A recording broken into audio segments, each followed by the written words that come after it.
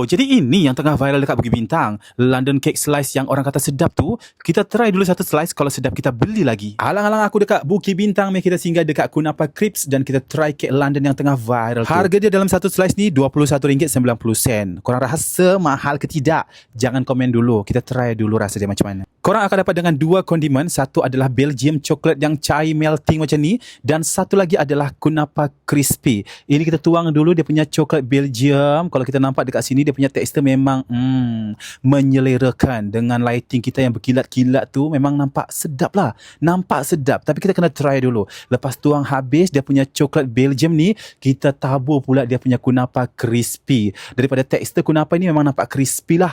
Tabur. And then waktunya untuk kita try. Suapan pertama. Tengok daripada dia punya tekstur memang lembut. Okay, by the way, dia punya kek ni korang dia layer by layer tau. Dia macam layer tu kek, lepas tu ada caramel, lepas tu ada kek, ada caramel lagi. So bila kita makan tu, perpaduan daripada kek, caramel, crispy daripada kunafa, lepas tu coklat yang cair tadi, memang sedap sangat-sangat. Saya tak tahulah korang punya tekak, tapi untuk tekak aku dia sangat sesuai dan bagi aku dia memang mantap.